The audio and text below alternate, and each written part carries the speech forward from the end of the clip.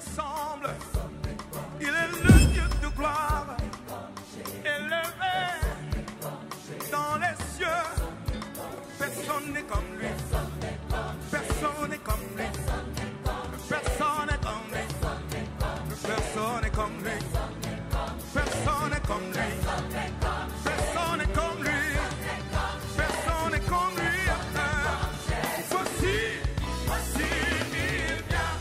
Au son de la trompette, chez vos chalets, brillant comme le soleil. Élève la voix, comme c'est le jubilé. Radio Sion, dansez. Voici il vient. Amen. Amen. Amen. Prends place.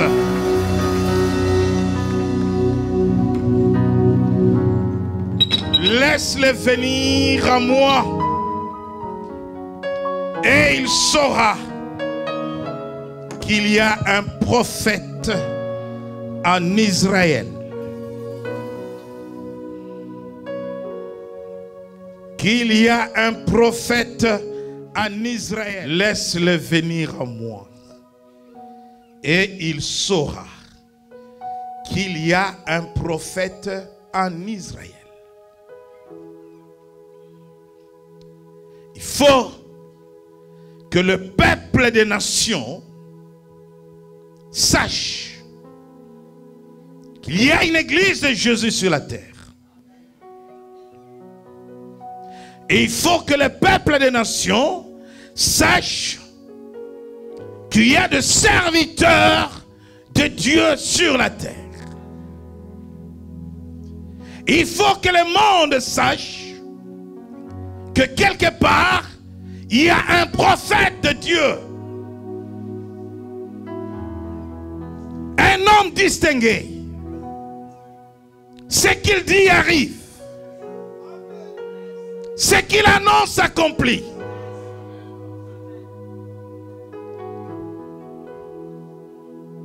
Le prophète ne se cache pas. Il est ouvert aux nations, il est ouvert au peuple. Car par sa parole, il amènera la manifestation du royaume de Dieu sur la terre. Il saura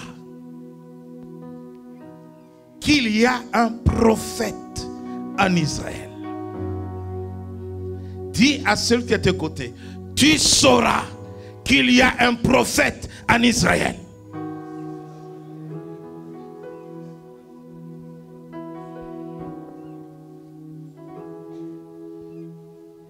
Nous sommes Israël spirituel.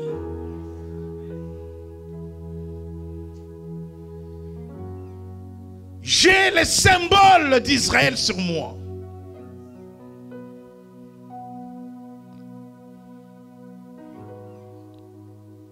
Et j'opère dans le prophétique ce matin. Je ne fais rien au hasard.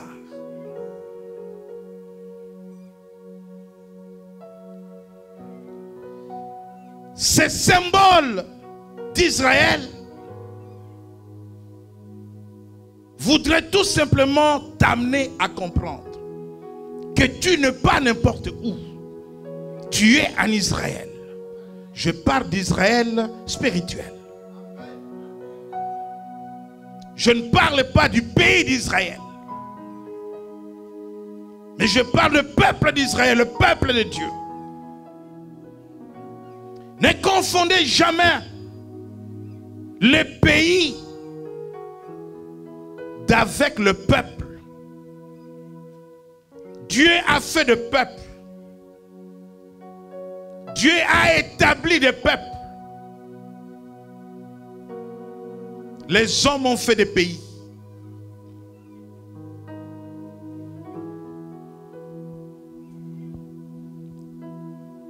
Il y a quelques années,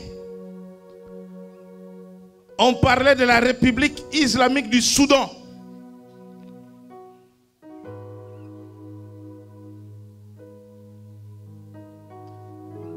Et aujourd'hui, on parle du Soudan et du Sud-Soudan.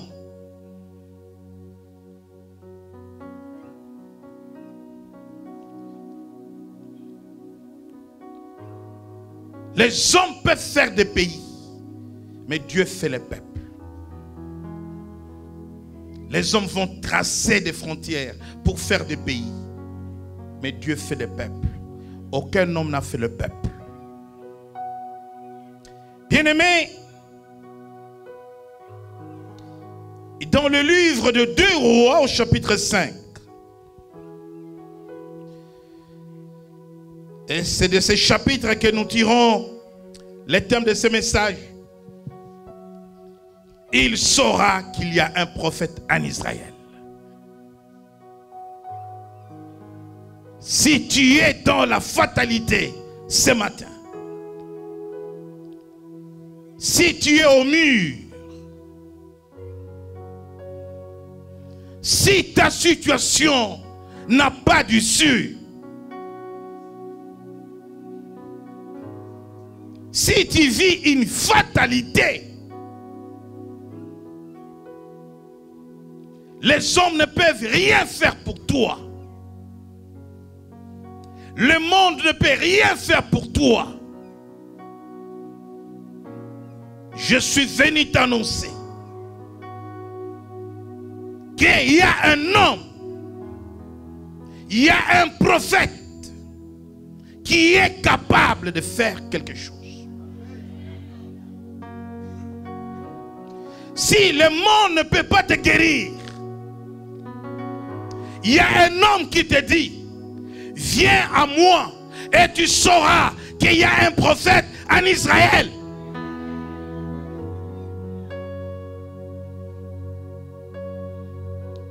Si les hommes ont échoué, si le monde a échoué, mais il y a un homme, il y a un prophète qui te dit, viens à moi et tu sauras. Quelqu'un dit avec moi, tu sauras. Cela veut dire qu'il y a une démonstration de la puissance et de l'esprit qui sera fait dans ta situation et qui va transformer ta vie, qui va changer ta situation. Et alors tu croiras, parce que tu n'as pas cru encore. Et alors tu sauras qu'il y a un prophète.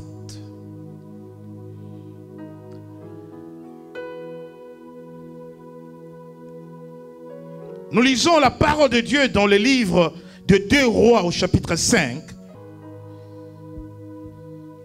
Nous lisons la parole de Dieu. Le verset 3 et le verset 8. 2 Rois, chapitre 5, verset 3 et le verset 8. Et elle dit à sa maîtresse, « Oh, si mon Seigneur était auprès du prophète, qui est à Samarie, le prophète le guérirait de sa lèpre. » 2 Rois, chapitre 5, verset 8. Lorsqu'Élisée, homme de Dieu, apprit que le roi d'Israël avait déchiré ses vêtements, il envoya dire au roi, « Pourquoi as-tu déchiré tes vêtements? Laisse-le venir à moi et il saura qu'il y a un prophète en Israël. » Amen. Un général de l'armée syrienne, Naaman, un général étoilé, souffre d'une maladie. À l'époque, il s'agit d'une maladie honteuse. Voire un officier supérieur, l'homme sur qui le roi de Syrie avait mis toute sa confiance. J'imagine que le roi n'était pas prêt à perdre ce général, qui grâce à lui, l'armée syrienne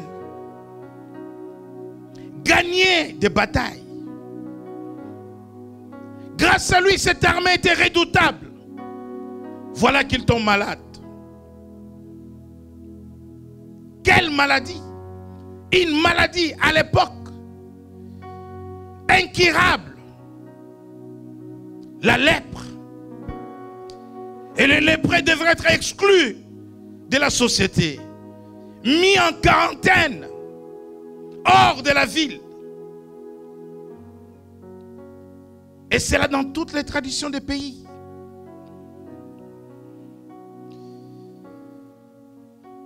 alors que l'armée syrienne avait ramené une fille captive parmi les captifs de la guerre.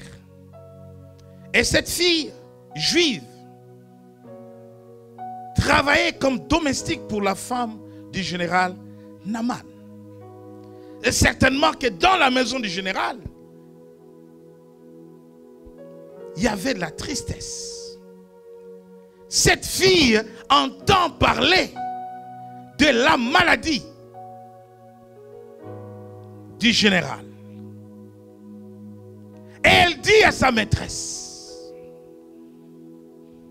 oh, expression du regret.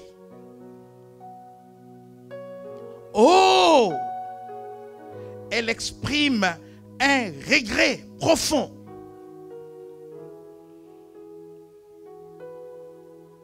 Oh, cela veut dire dommage.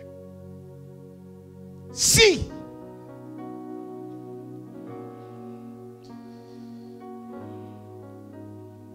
mon Seigneur, c'est-à-dire mon maître, mon chef, les chefs étaient appelés seigneurs aussi,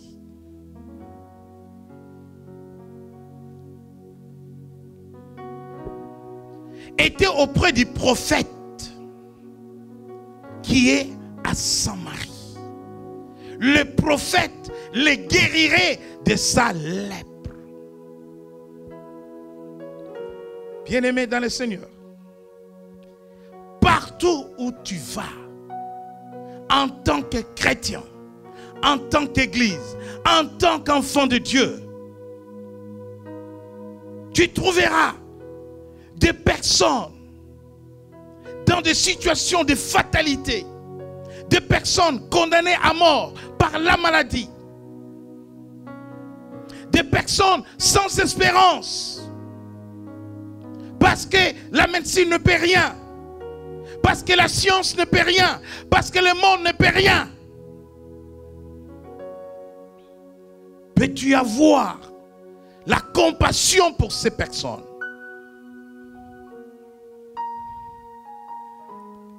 Et leur annoncer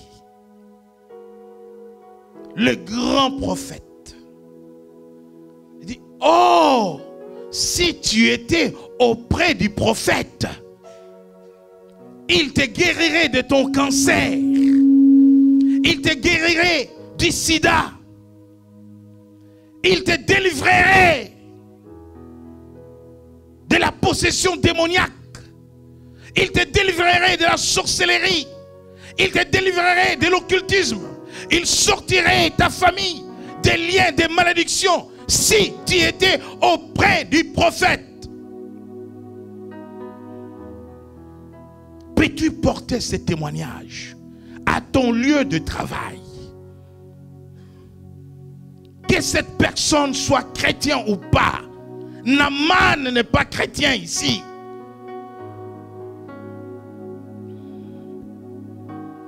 Peux-tu parler du prophète?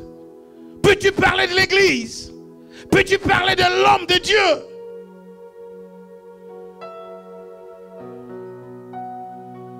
Les gens meurent, les gens souffrent, faute d'orientation. Personne pour les guider, personne pour leur montrer les chemins, personne pour leur parler de Dieu, personne pour leur parler de l'église, personne pour leur parler des serviteurs de Dieu. Non-assistance en personne en danger. Si en droit cela c'est revu comme une infraction, dans la spiritualité cela c'est revu comme un péché. Péché par omission. Le péché par omission, c'est quand tu sais faire un bien et que tu ne le fais pas. Combien de gens meurent aujourd'hui autour de nous? Combien de personnes retenus dans des liens de l'occultisme, dans des liens démoniaques sataniques? Combien de personnes retenues dans des cachots de Satan qui ont besoin de la délivrance? Parce que c'est seulement les grands prophètes, Jésus-Christ de Nazareth, qui peut les délivrer. Combien de nations souffrent des crises, des guerres, alors que les prophètes quelque part? Oh Syrie, si tu savais que les prophètes est au milieu de tes terres. Oh Syrie, si tu savais que c'est sur tes terres que Paul, Saul, allant en mission pour persécuter les chrétiens, pour faire arrêter les chrétiens, le prophète était là, l'homme de Galilée. Quand Paul vit cette lumière, il dit, qui es-tu? Il dit, Jésus, Jésus que tu persécutes. C'est la même terre de Syrie. Et laissez-moi vous dire que Jésus n'a pas quitté la Syrie. Il suffit seulement que la nation, le peuple se tourne vers lui.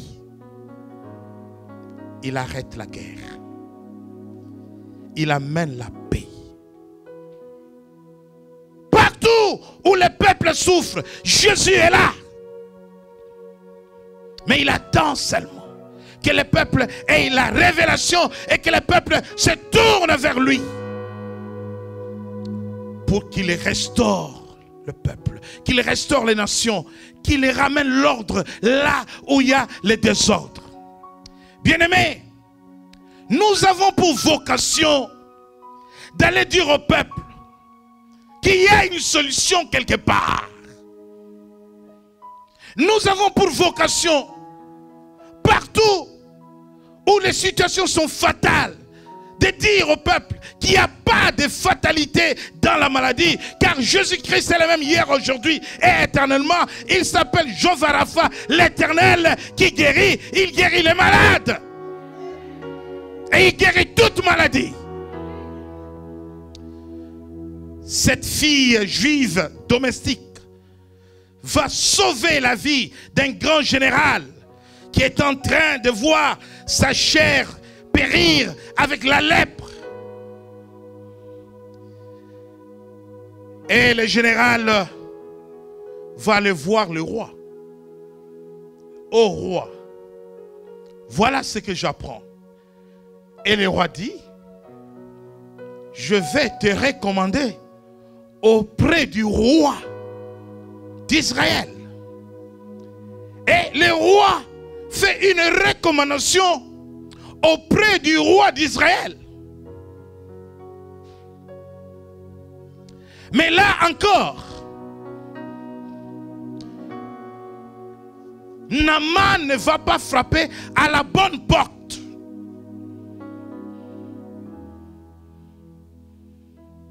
Il y a beaucoup de personnes qui cherchent le salut. Il y a beaucoup de personnes qui cherchent la délivrance. Il y a beaucoup de personnes qui cherchent la guérison. Mais ils se présentent au mauvais endroit. Mal orientés. Mal recommandés. Tu sais, à Jérusalem, il y avait des piscines. Dans la ville. Il y avait des piscines. Mais il y avait une piscine. Là étaient couchés les malades, les paralytiques. Parce que c'est seulement dans l'eau de cette piscine, Bethsaïda, c'est seulement là que l'ange de Dieu descendait, agitait l'eau. La Bible dit que les malades qui descendaient les premiers dans l'eau étaient guéris immédiatement. L'ange n'allait pas agiter l'eau de toutes les piscines, mais seule la piscine de Bethsaïda. Orienter le peuple, orienter les nations, orienter les pécheurs, orienter les malades, orienter les possédés vers une destination, c'est une bonne chose. Mais laquelle? Il faut frapper à la bonne porte pour une bonne solution. Il faut frapper à la bonne porte pour une bonne réponse. Quand le roi d'Israël reçoit Naaman avec les lettres de recommandation du roi de Syrie, le roi se dit, mais il me cherche des problèmes. Suis-je Dieu pour guérir Naaman? Le roi déchire ses vêtements. Et il a raison de le faire parce qu'il n'est pas prophète. Il reconnaît que ce n'est pas son boulot, qu'il n'est pas la personne indiquée pour amener la manifestation du royaume en Israël. Et le prophète Élisée entend cette nouvelle. On veut dire à Élisée que le roi a déchiré ses vêtements parce que le roi de Syrie lui a recommandé un général malade qui souffre de la lèpre. Et alors, Élisée dit, pourquoi le roi souffre-t-il? Ta famille souffre. Pourquoi ta famille souffre-t-elle? Ta maison souffre. Pourquoi ta maison souffre-t-elle? Quelque part, il y a quelqu'un qui est qualifié pour faire le travail. Quelque part, il y a quelqu'un qui a reçu des dons de la part du Seigneur pour amener par la démonstration de la puissance et de l'esprit la manifestation du royaume sur la terre. Tout ce que Jésus a fait pendant son ministère, c'est d'amener la manifestation du royaume sur la terre. Il dit, le royaume de Dieu est venu à vous.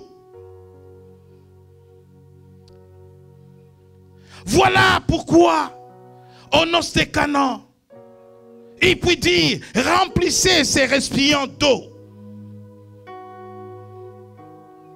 Et après il leur dira, buvez. L'eau est transformée en vin. Qu'est-ce que Jésus fait?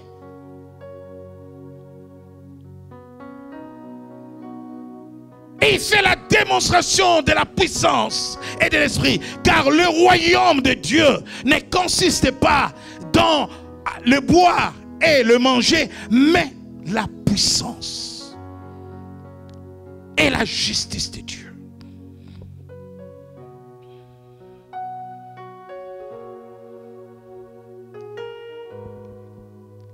L'équipe de disciples avait une bourse. Vous croyez que Jésus manquait de l'argent pour acheter du pain et du poisson pour toutes ces personnes qu'il avait suivies? Pourquoi la multiplication de pain? Pourquoi la multiplication de poissons? C'est pour manifester le royaume de Dieu. Pourquoi Jésus guérit les malades? C'est pour manifester le royaume de Dieu. Parce que dans le royaume, il n'y a pas de maladie. Il passe quelque part. Un homme aveugle entend parler du grand prophète. Le prophète passe. Cet homme est aveugle. Mais il entend seulement parler de Jésus. La foi vient de ce qu'on entend, et ce qu'on entend vient de la parole de Dieu. Quand Bartimée entend parler de Jésus, quelque chose bouillonne en lui. Il a la foi. Et il peut crier, Jésus, fils de David. Jésus, fils de David. Et Jésus se retourne. Non, Jésus ne peut pas passer quelque part sans laisser des traces. L'Église doit laisser des traces dans le monde. Nous sommes appelés à marquer l'histoire des générations. Partout où nous passons, nous laissons des traces. Et Bartimée peut voir. Le royaume de Dieu est manifesté. Élisée dit, laisse-les au roi, laisse-le prévenir à moi, et il saura. Si tu es stérile, aujourd'hui tu sauras que c'est Jésus qui donne les enfants. Si tu n'es pas marié, aujourd'hui tu sauras que c'est Jésus qui donne le mariage. Si tu n'as pas de travail, aujourd'hui tu sauras que c'est Jésus qui donne du travail. Si tu n'as pas d'argent, aujourd'hui tu sauras qu'il s'est appauvri pour nous enrichir. Et que tu seras riche. Et que c'est Jésus qui rend quelqu'un riche. Un grand prophète. Il saura qu'il y a un prophète en Israël. Dans le livre de Deutéronome au chapitre 18 verset 15. Ce prophète était annoncé par Moïse. Deutéronome chapitre 18 verset 15. Ensuite vous lirez Actes des apôtres chapitre 3 verset 22. Deutéronome 18 verset 15, nous en parlons de Jésus-Christ. L'Éternel, ton Dieu, te suscitera du milieu de toi, d'entre tes frères, un prophète comme moi. Vous l'écouterez.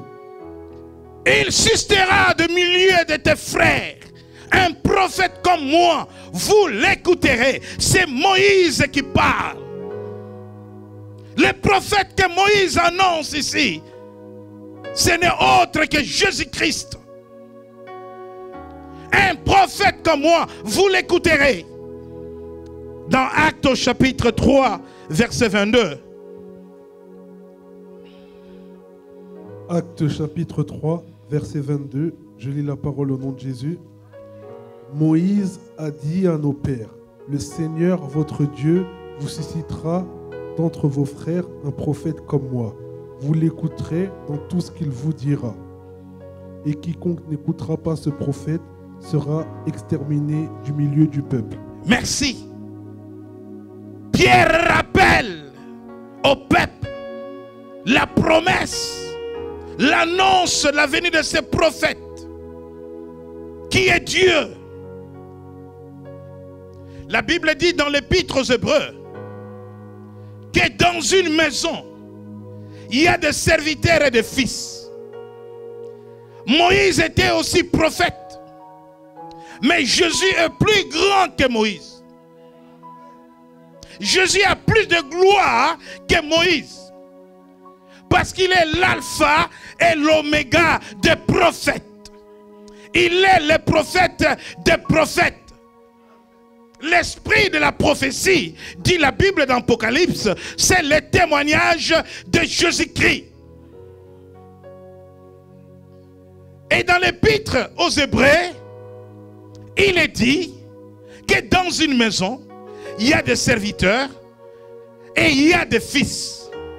Et dans la maison de Dieu, Moïse était serviteur, celui qui a annoncé à ses frères que l'Éternel vous suscitera un prophète. En réalité, il annonçait les fils. Moïse est serviteur dans la maison, mais Jésus, fils dans la maison.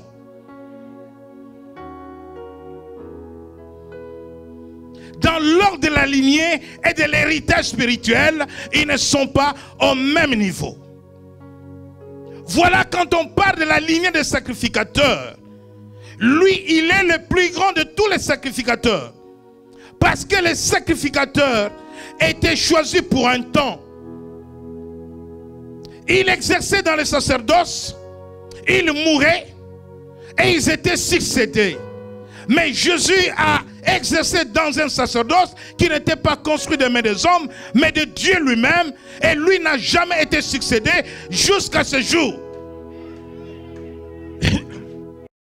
Et il est ce prophète qui s'affirme comme Élisée dans des situations difficiles, des situations impossibles.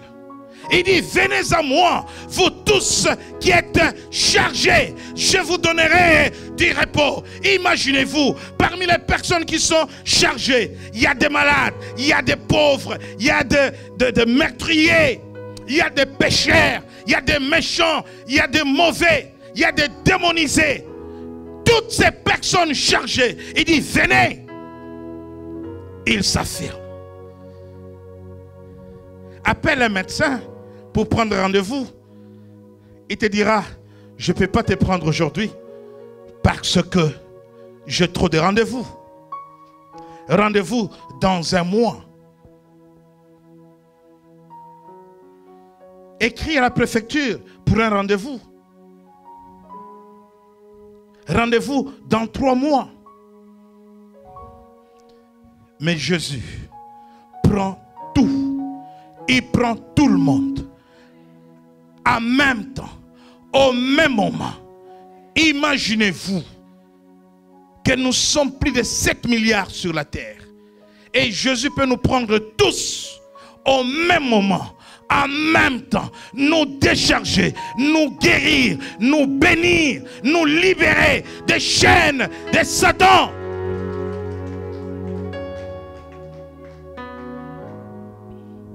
Alléluia. J'ai l'audace de parler comme Élisée. J'ai l'audace de parler comme Élisée.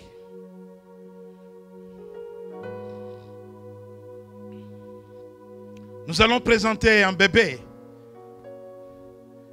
Et j'aimerais bien que sa mère témoigne. Et son père. Je suis dans la salle de travail. La maman doit accoucher. Mais un accouchement difficile. Parce que ce bébé n'a que 24 semaines.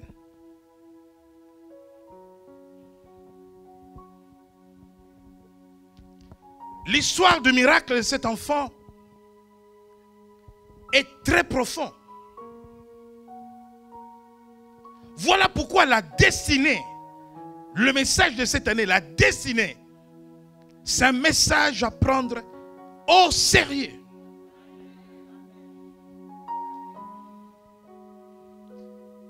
Quand la maman perd les os, 23e semaine, le médecin vient, il annonce une fausse couche. Il dit on ne peut rien faire parce que nous sauvons à partir de 24 semaines. Il manque 1 semaine pour qu'on les sauve. Donc, il faut oublier, fausse couche.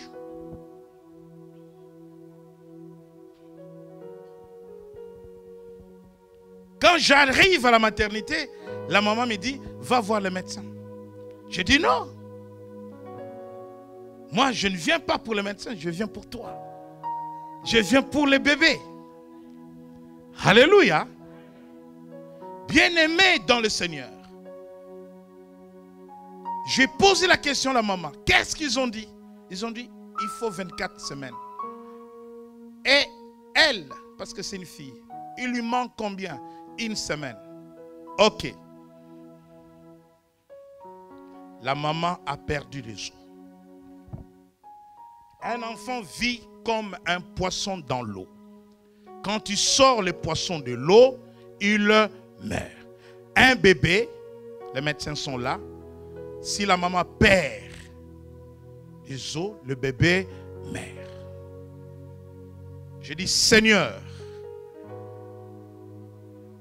remplace cet os perdu dans le ventre de cette femme par ton sang.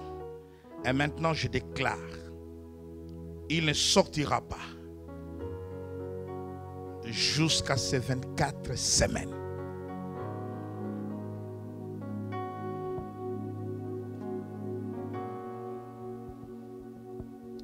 Jour après jour, les médecins ont leur parole et les prophètes ont la parole de Dieu. Nous arrivons vendredi, 24 semaines.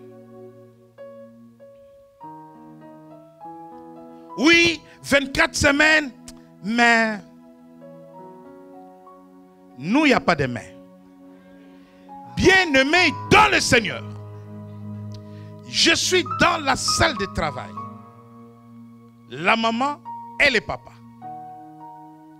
Le médecin dit que l'enfant est dans une mauvaise position. On doit opérer cette femme.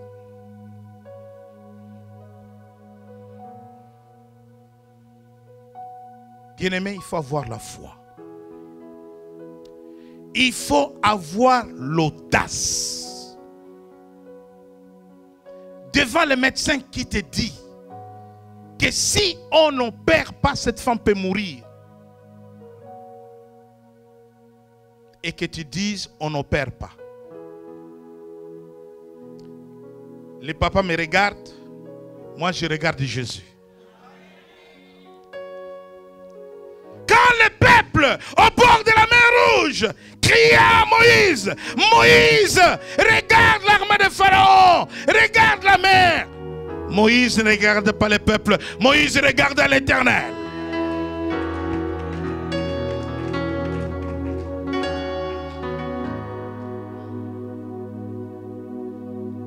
Je dis non. Pas de césarienne, elle va accoucher. Le pédiatre qui apparaît. Il dit, on doit injecter un produit, mais c'est à titre expérimental. Dans le cerveau. Moi, je dis, d'où viennent ces produits? Il dit, ces produits venaient d'être inventés par Robert Debré, mais c'est à titre expérimental. Moi, je dis, depuis que vous l'expérimentez, vous avez les résultats?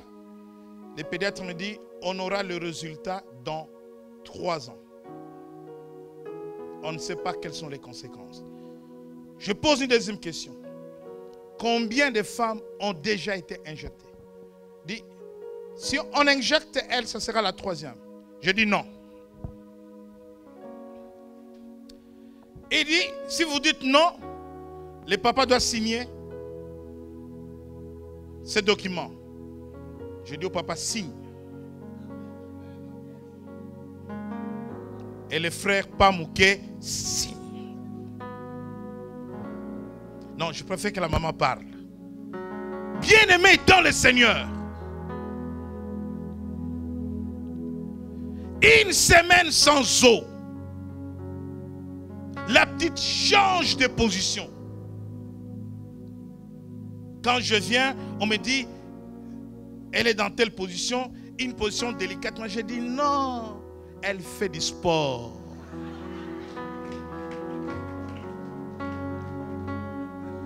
C'est une grande sportive. Elle s'entraîne. Laissez-la.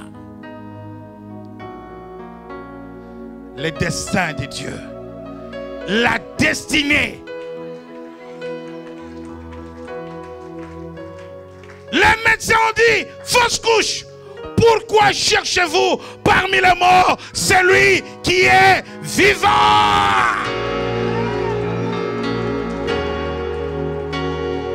Et ils vont te dire, tu as un cancer, tu vas mourir. Dis-leur, pourquoi cherchez-vous parmi les morts celui qui est vivant?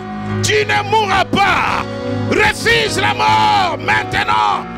Parce que tu as une mission à accomplir sur la terre. Tu as le mandat de Dieu. Dis à la mort, oh mort, je n'ai pas peur de toi. Parce que Jésus t'a vaincu à la croix. Mais laisse-moi faire mon travail. Laisse-moi accomplir ma mission. Tu ne peux pas m'emporter comme ça. Parce que j'ai encore des choses à faire. Tu ne peux pas m'emporter comme ça. Parce que moi, je vais voir mes petits-enfants. Amen. Je vais voir mes petits-enfants. Je vais voir mes arrière-petits-enfants. Je vais voir mes belles-filles. Alléluia. Je vais être vieux avec Maman Costa. Et surtout que les enfants ne seront pas là. Les vieux qui vont recommencer la vie à zéro. Vous savez, plus vous vieillissez, l'amour devient fort. Attention, les vieux sont très amoureux. Hein? Plus que les jeunes. Alléluia. Il saura. Bien-aimé, il faut que l'hôpital sache qu'il y a une église de Dieu sur la terre. Il faut que les nations sachent. Il faut que les païens sachent que Jésus est là. Il faut que le monde sache que le temps de miracle n'est pas passé. Il est le même hier, aujourd'hui et éternellement. Il opère encore. Alléluia. Est-ce que les parents de Crystal Joyce, c'est comme ça qu'on l'a appelé, sont là? Papa et maman et les bébés ne sont pas encore arrivés? Levez-vous avec Crystal Joyce.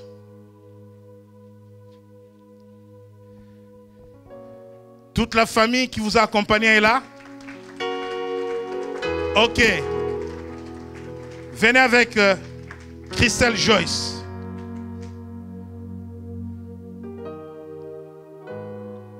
Vous savez, dans les combats, il y a des poches de résistance.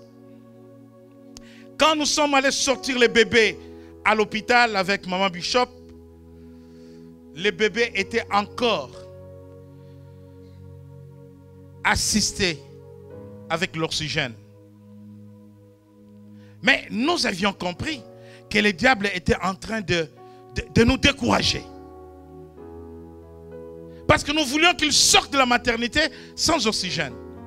Mais nous avions la foi, nous avons dit, oxygène ou pas oxygène, Dieu a fait des miracles. Alléluia. Est-ce qu'on peut donner un micro? Qui va parler? C'est la sœur? Est-ce qu'on peut donner un micro à la sœur? C'est dans la prédication, hein, tout ça. Ne sois pas distrait. Je n'ai pas fini de prêcher. C'est dans la prédication. Vas-y. Alléluia. Je remercie l'Éternel pour ces temps. Comme il a parlé, le pasteur, je pense qu'il a tout dit. Je vais juste compléter. Non, je n'ai pas tout dit. Parce que je n'ai pas parlé de toi. Ta foi m'a étonné. Une drôle de foi. Sa foi, je vous dis, m'a étonné.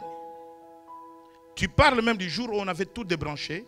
J'étais à l'Institut Pasteur avec Brouel, avant le voyage à Kin, hein, où ils avaient tout débranché. Tu m'as appelé à 14 h. Ils ont dit qu'elle va mourir à 17 h. Hein. Tu parles de ça. C'est important. Voilà. J'étais enceinte. Je suis arrivée à 5 mois et puis voilà, je partais travailler parce que je travaille à l'hôpital. Après, avant de partir travailler, je sens quelque chose qui coule. Comme toute femme enceinte, il faut vérifier. Et du coup, j'ai vérifié, j'ai vu qu'il y a un peu des eaux qui coulaient. J'ai vu juste une perte comme ça, j'ai dit, ben, ça passe. Donc du coup, je me préparais toujours pour aller au travail. y avait ma grande sœur avec moi, il y avait, mon mari il est parti laver ma voiture. Après, je sens encore quelque chose qui coule. Cette fois-ci, c'était vraiment des choses qui coulaient, quoi. Après, je me suis dit, mon Dieu, qu'est-ce qui m'arrive? J'ai dit à ma sœur, je pense que je commence à perdre les os. Après, ma sœur, elle m'a dit, comment ça? Directement, j'ai prié. On a prié ensemble avec ma sœur. J'ai pris les téléphones, j'ai appelé les SAMU. Quand j'ai eu les SAMU, ils m'ont dit, normalement, vous avez la voiture? J'ai dit, oui, j'ai une voiture. Ils m'ont dit, dans ce cas, prenez la voiture, allez à l'hôpital. J'ai dit, pas question, je ne peux pas me promener comme ça parce que là, ça coule vraiment. Ils m'ont dit, on arrive dans 30 minutes. Et puis j'ai appelé mon mari. Il m'a dit, j'arrive, je suis en bas. On est descendu directement pour ne pas stresser les enfants. Nous sommes descendus en bas. J'ai pris tous mes dossiers, les échographies et tout. Nous sommes arrivés en bas. Il y avait les SAMU. Mon mari est parti avec ma soeur. Moi, je suis partie avec les SAMU. Mais je n'avais pas peur. Après, quand nous sommes arrivés à l'hôpital, c'est comme si la poche a senti vraiment qu'on était à l'hôpital. Ça coulait d'une façon terrible. Je suis arrivée, comme toute femme enceinte, on sait que si on perd des os, c'est comme l'aquarium. Donc, le poisson vit dans un aquarium, c'était pareil. Et quand nous sommes arrivés, ils m'ont dit, attendez les médecins. Ils ont fait l'échographie, ils ont vu que le bébé était là. Mais, sauf que moi, j'étais paniquée parce que je ne connaissais pas ça. Dans mes 2 grossesses, je n'ai jamais vu ça. Du coup, après, ils sont revenus, le médecin est revenu, le médecin il a fait l'écho. Après, il m'a dit, normalement, vous êtes 50-50 entre une fausse couche et un bébé prématuré. Parce que là, vous êtes à 23 semaines, ça peut se passer vite parce qu'ici, on prend en charge à partir de 24 semaines. Du coup, à 23 semaines, c'est impossible. Peut-être dans 48 heures, le bébé, elle va sortir, donc ça sera une fausse couche. J'ai regardé mon mari, j'ai regardé ma soeur. On était dans un même esprit. Directement, on a commencé à prier. On a prié, on a prié. Mon mari m'a regardé, il m'a dit, tu as gardé ta grossesse jusqu'à 5 mois. Je ne vois pas pourquoi la petite, elle va partir comme ça. Mais par contre, c'est moi qui ai plus la foi que lui. Mais le jour-là, c'est lui qui avait une foi importante. Quand il a dit ça directement, j'ai senti une force en moi. J'ai dit, tu as raison, elle va vivre. Après, le médecin, ils sont revenus. Ils nous ont dit, là, il faut appeler déjà parce que vous n'allez plus sortir jusqu'à ce que vous allez faire une fausse couche ou un bébé prématuré. Je dis, je sais que je ne vais pas faire une fausse couche. Ils m'ont installé, directement j'ai pris le téléphone. Comme tout chrétien, j'ai appelé papa. J'ai dit, papa, je suis ici à l'hôpital parce que normalement, je lui ai expliqué, comme c'est un soldat, notre pasteur. Directement, il est venu à l'hôpital. Il m'a dit, je sais que rien ne va se passer, on croit en Dieu. J'ai dit, moi, à ma place, je vais m'attacher maintenant à la foi du pasteur. Avec mon mari, je sais qu'on va faire le corps du Christ. Du coup, on a continué à prier. C'était un samedi. Dimanche, mon mari m'a dit, moi, je ne laisse pas comme ça. Je pars à l'église. Je vais aller parler à Dieu. Il est parti à l'église avec les enfants et tout. Ils sont revenus à l'hôpital. On vivait du jour au jour. Le lundi, le mardi, le mercredi, ils sont venus me voir. J'avais une copine à moi qui était hospitalisée. Elle a accouché une fausse couche. Quand je l'ai appelée, elle a accouché des jumeaux préma. Donc du coup, quand je l'ai appelée, elle m'a dit non, il ne faut jamais avoir peur.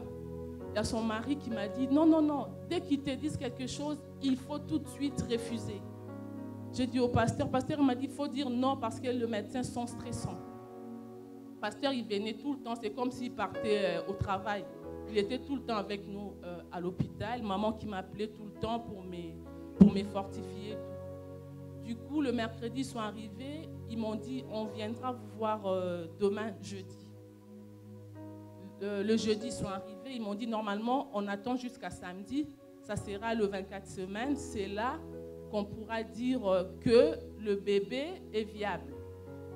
Moi, j'ai dit, vous inquiétez pas, elle est déjà viable, elle va sortir la petite. Le médecin qui me regarde, il croit que je suis une folle, quoi. Parce que j'avais une foi importante. Après, quand les médecins m'ont dit, là, nous sommes vendredi, on va commencer à partir de demain pour faire les monitorings, voir comment le battement de cœur du bébé et tout. Ils ont commencé le samedi. J'ai dit à papa, là c'est bon. Ils m'ont dit qu'il y a un peu d'eau autour d'elle. J'ai dit gloire à Dieu, j'ai appelé papa. Mon mari m'a dit de toute façon, on verra. Le médecin sont venus nous voir pour nous demander. Là maintenant, le bébé est déclaré viable. Qu'est-ce que vous en pensez? On fait quoi? On la laisse mourir ou on la prend en charge? J'ai dit au médecin, mais c'est n'importe quoi. J'ai gardé ma grossesse jusqu'aujourd'hui. C'est là que vous venez me poser cette question. J'ai regardé le médecin, c'était le chef clinique, quoi. Le chef est venu me voir, j'ai dit au chef, j'ai dit, écoutez chef, je crois au miracle. J'ai un Dieu qui est vivant. Amen. Je sais que je vais toucher ma fille et je vais témoigner la grandeur de Dieu. Amen. Et puis, le médecin m'a regardé comme un fou. Il m'a dit, ben, on attend. Donc, il s'est moqué de moi, quoi. Après, il est parti. J'ai dit à mon mari, j'ai dit, c'est médecin. Mon mari il a dit, ben, pourquoi ils peuvent demander ça? Ils n'ont pas de cœur. J'ai dit, ben, c'est leur travail. Ils sont obligés de demander. Le dimanche, mon mari m'a dit, moi, je repars encore à l'église. Moi, je ne lâche pas Dieu. Il est parti. Ils sont arrivés à 10h. Ils m'ont fait les monitorings. Du coup, ma fille, elle était tachycarde. Donc, c'est-à-dire que son cœur battait vite. Ben, ils m'ont dit, ben, on va repasser après. J'ai dit à mon mari, quand ils sont arrivés, j'ai dit, c'est un peu bizarre. J'étais avec mes collègues qui sont venus me voir. Ils m'ont pris la température. J'étais à 38,5. 38, c'est déjà beaucoup. Du coup, je vois la délégation qui commençait à rentrer. Je connais comment ça se passe à l'hôpital. J'ai dit, là, je prends maintenant la position de guerre, moi aussi. J'ai commencé à prier, à intercéder. Ils m'ont dit, ben, vous êtes obligés de partir tout de suite. On va expulser le bébé parce que là, elle est tachycarde. Vous avez la fièvre. Donc, c'est-à-dire que l'infection commence à se faire. Je dis, comment ça? Vous m'avez gardé à l'hôpital pour que je ne fasse pas d'infection. Ils m'ont dit, mais c'est comme ça. J'ai dit, ben, raison de plus, on va se battre. Mon mari rentre, je dis, ben, là, je monte tout de suite en salle de travail. Mon mari m'a dit, d'accord. Donc, il m'a dit, ben, moi, je pars juste déposer les enfants, après je reviens. Papa, il m'a appelé comme tout père qui a appelé sa fille qui est hospitalisée pour avoir des nouvelles.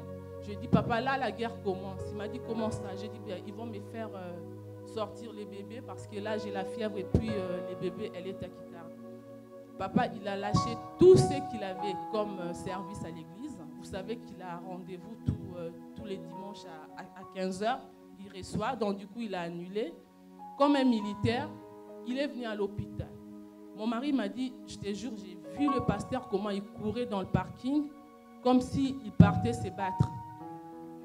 Ils sont montés, on est tombé dans Dieu fait grâce. J'ai demandé à la sage-femme, c'était une chrétienne. J'ai dit, c'est possible que mon père, c'est un pasteur, elle puisse rentrer avec nous. Elle m'a regardée, elle m'a dit, normalement, je n'ai pas droit. J'ai dit, s'il vous plaît. Elle m'a dit, ok, je suis chrétienne. Je vais faire rentrer votre papa. Papa, dans la salle de travail. Voilà. Donc, du coup, il y avait mon mari à côté, papa qui était à côté. Maintenant, ils ont mis tous les appareils comme d'habitude. S'enchaîne. Moi aussi, j'étais tachycarde. Vous savez, le bébé, normalement, les normes, c'est jusqu'à 200, 180 à 200. Elle était à 40. Impossible de vivre. Et moi, j'ai doublé. Donc, c'était vraiment chaud. Maintenant, papa qui me demandait, comme il sait que je travaille à l'hôpital, il me demandait, là, c'est quoi ça? J'ai dit, papa, ça veut dire que le bébé, son cœur bat vite. Et moi aussi. Il m'a dit non, non, non, non. Ils sont revenus encore, ils m'ont dit, normalement, on n'a pas le droit de vous donner les péridurales parce que vous êtes fébrile, donc, vous avez la fièvre. Avec ça, on ne donne rien. Mais le lendemain, avant, ils m'ont dit qu'ils n'ont pas le droit de me faire une césarienne parce que comme c'est 24 semaines, c'est la limite. Donc, ils sont à 20% sûrs qu'elle va vivre. Après, j'ai dit, on verra ce que Dieu va faire. Donc, on verra qui gagnera. Parce que j'avais confiance en mon Dieu et puis j'ai gardé une foi terrible. Et quand ils sont revenus, le dimanche là, ils m'ont dit, là, les bébés, elle a changé de position, elle est au siège. Donc, avec ses pieds, quoi. Après, ils ont dit, là, on ne voit pas comment faire. Déjà, on ne peut pas faire une césarienne parce qu'on ne sait pas trop. Ils sont revenus encore avec les produits, comme vous a dit tout à l'heure le pasteur. Nous, on a dit non, on croit que son cerveau est bien. Ils sont revenus encore. Ils nous ont dit, là maintenant, on déclare une césarienne. Nous, on a dit non, non, non, non, non, on ne change pas d'avis. Vous avez dit pas de césarienne, nous aussi, on garde notre position, on a dit pas de césarienne. Après, ils ont dit, on ne voit pas qu'est-ce qu'on peut faire. Ils sont revenus, du coup, le col ne s'ouvrait pas. Je n'avais pas des os, donc j'étais comme ça. Ils ont donné les médicaments, ils ont tout injecté pour que le bébé sorte, mais le col ne se dilatait pas. Papa, il m'a dit, restons connectés dans la prière. Comme il était tard, mon mari, il devait rentrer pour s'occuper des enfants. Papa, il a dit, moi aussi, je rentre. Papa, il est rentré chez lui, il a appelé maman. Constantine, tu descends, il y a la guerre qui commence. Ils sont restés au salon jusqu'à ce que je vais accoucher, personne ne va fermer l'œil. Du coup, on était toujours en communication, on s'appelait et tout. Après, dès 17h, c'est vers 2h du matin, j'avais pas de contraction, mais ils ont dit, là maintenant, on est obligé d'expulser vraiment les bébés parce que là, c'est dur. J'avais pas de contraction, j'avais rien du tout. On rentre dans la salle de travail, il y a le col qui s'est dilaté. J'étais à 10 cm, mais sauf que je ne pouvais pas accoucher parce que j'avais pas de contraction. Bon, maintenant tu accouches. Oui. Amen. Amen. Le témoignage est tellement long. Est-ce qu'on peut avoir les images? C'est Christelle. Il y a la lumière qui fait défaut.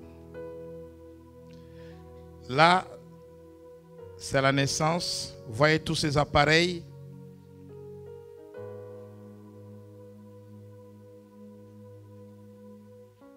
Vous voyez d'où vient ce bébé? Vous voyez le bébé à la naissance? Vous voyez le bébé à la naissance? Quand vous voyez seulement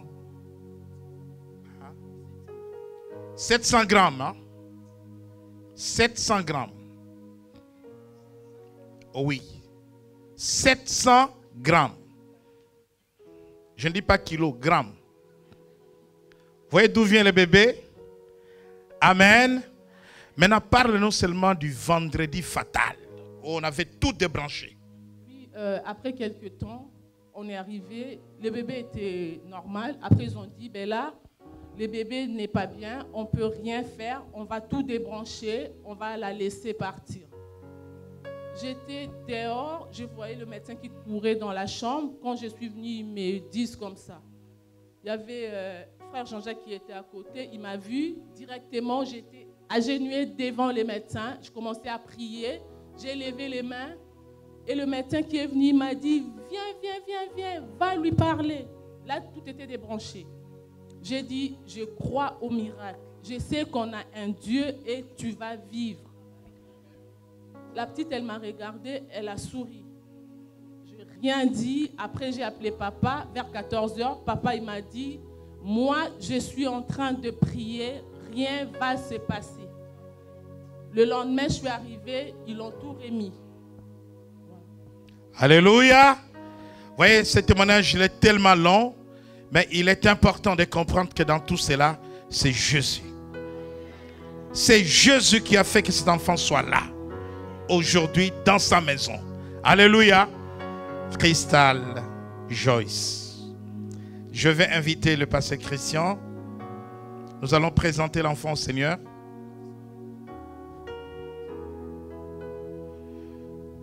Et à la famille qui est venue accompagner aussi par Mouké et la sœur Anita.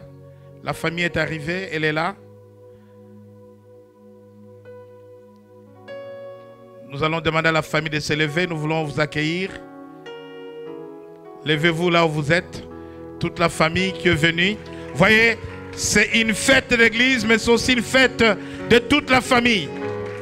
Merci, merci, merci, merci. Alléluia. Nous allons présenter cet enfant au Seigneur. Vous savez, je voudrais dire aux parents de Crystal Joyce que, vous savez, Moïse est né à une époque où on jetait tous les garçons des Hébreux dans la mer. Mais lui, il a été caché, épargné par ses parents, mais en réalité épargné par Dieu. Parce que Moïse avait une destinée. Et cet enfant a une destinée. Aujourd'hui, vous l'amenez dans la maison de Dieu, comme Anne amena Samuel dans la maison de Dieu. Vous avez vu toutes les épreuves, toutes les difficultés, les pronostics, mais Dieu l'a fait vivre. Parce que Dieu a dit que cet enfant ne mourra pas. Dieu ne commence pas une œuvre sans l'achever. Il a commencé, le monde a voulu arrêter, mais Dieu a achevé. Et donc c'est un engagement pour vous de laisser cet enfant entre les mains de Dieu, de consacrer cet enfant au Seigneur, dédier cet enfant à Dieu et que cet enfant serve Dieu dans sa vie. Amen. Le pasteur Christian va prier.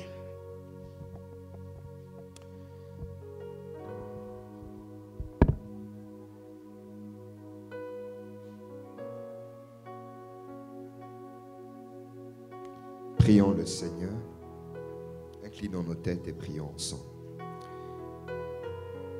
Éternel Dieu, je te bénis pour la vie de Joyce Crystal.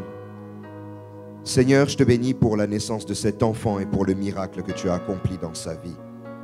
Joyce Crystal, je te bénis de toute bénédiction en Jésus-Christ.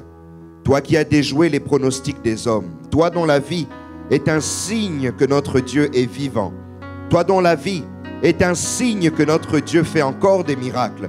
Toi dont la vie est un signe que le temps des miracles n'est pas passé. Que le Seigneur te fasse rentrer dans l'excellence tous les jours de ta vie. Toi qui as déjoué les pronostics des hommes à ta naissance, continue à déjouer les pronostics des hommes tous les jours de ta vie. Toi qui as vaincu le monde, qui as vaincu les médecins, avec l'Éternel, avec la main de l'Éternel, dès le jour de ta naissance, que tu puisses vaincre le monde tous les jours de ta vie et que tu puisses vaincre, oui, les médecins, vaincre, Seigneur, tes contradicteurs, oui, tous les jours de ta vie. Que tu sois excellente, que tu sois élevée, que tu sois grande, que tu sois puissante et que ta destinée soit glorieuse. Parce que si l'Éternel a permis ce grand miracle dans ta vie, ce n'est pas pour rien. Tu seras une source de bénédiction pour ta famille, une source de bénédiction pour l'Église, une source de bénédiction pour l'œuvre de Dieu. Et tout le monde glorifiera le Seigneur en regardant ce que l'Éternel aura fait tous les jours de ta vie. Je bénis ta vie au nom de Jésus. Que toute arme forgée contre toi soit nulle et sans effet. Que tout ce que le diable aura pu vouloir planifier sur ta vie, oui, soit déjoué maintenant au nom de Jésus. Et que tout ce que, oh Seigneur, les sorciers voulaient faire contre ta vie soit nul et sans effet. Que tu puisses vivre une vie glorieuse et que tu manifestes la gloire de Dieu partout où tu passes et dans ta génération. Au nom de Jésus, nous avons ainsi prié. Amen.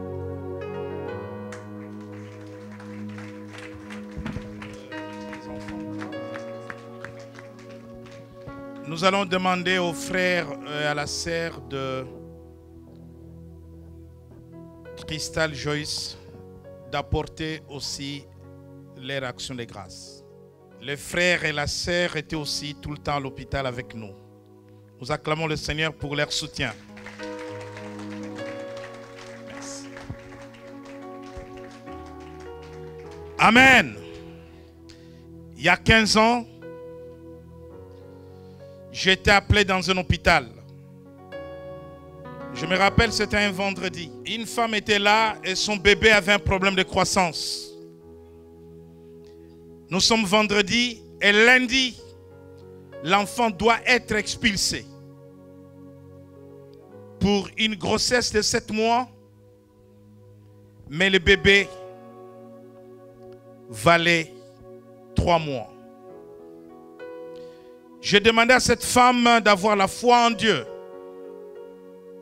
et que je venais prier pour annuler la mort de l'enfant, l'expulsion de l'enfant, tel que cela a été décidé par le médecin.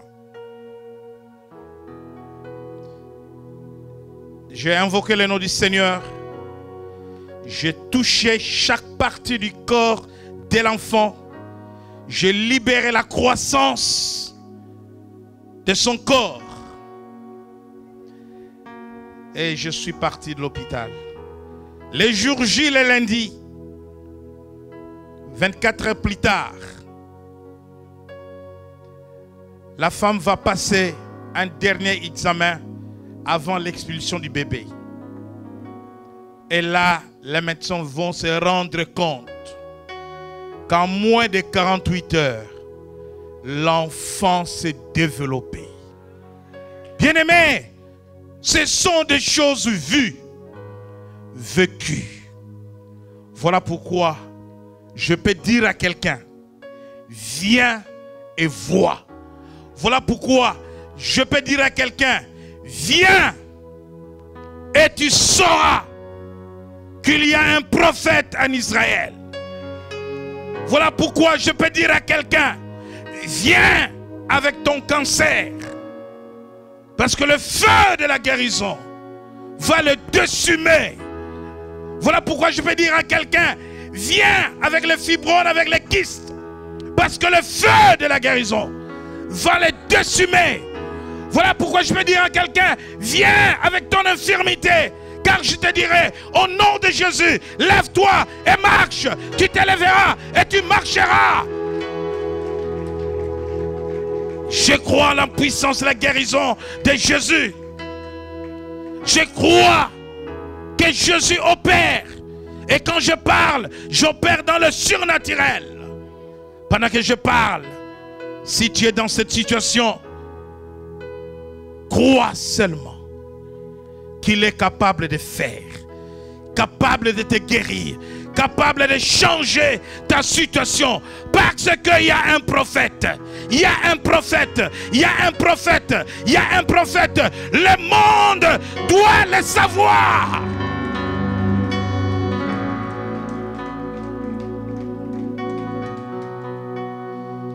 Je parle des nations. En 2013, je dis quelque chose ici sur un pays d'Afrique.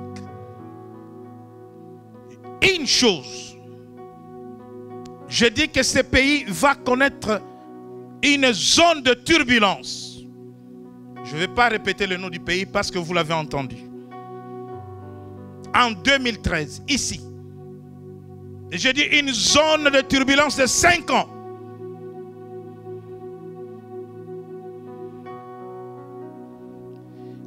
La Bible dit, dans 2 Chroniques, chapitre 20, verset 20, confiez-vous à l'Éternel, vous serez affermis, et en ces prophètes, vous réussirez. Le temps de consultation des prophètes de Dieu n'est pas passé. Allez témoigner, allez dire à ceux qui souffrent, allez dire à ceux qui manquent que je connais un endroit, je connais un homme, l'homme de Galilée, Jésus-Christ de Nazareth. Je connais un homme. Tu as tout essayé. Est-ce que tu as essayé avec cet homme Jésus? Alléluia. Tu as tout essayé. Est-ce que tu as essayé avec cet homme Jésus? Essaye avec lui. Tu sauras qu'il est vivant. Pourquoi cherchez-vous le mort parmi le vivant? Il vit en toi. Alléluia. Confiez-vous en Dieu et en ses prophètes.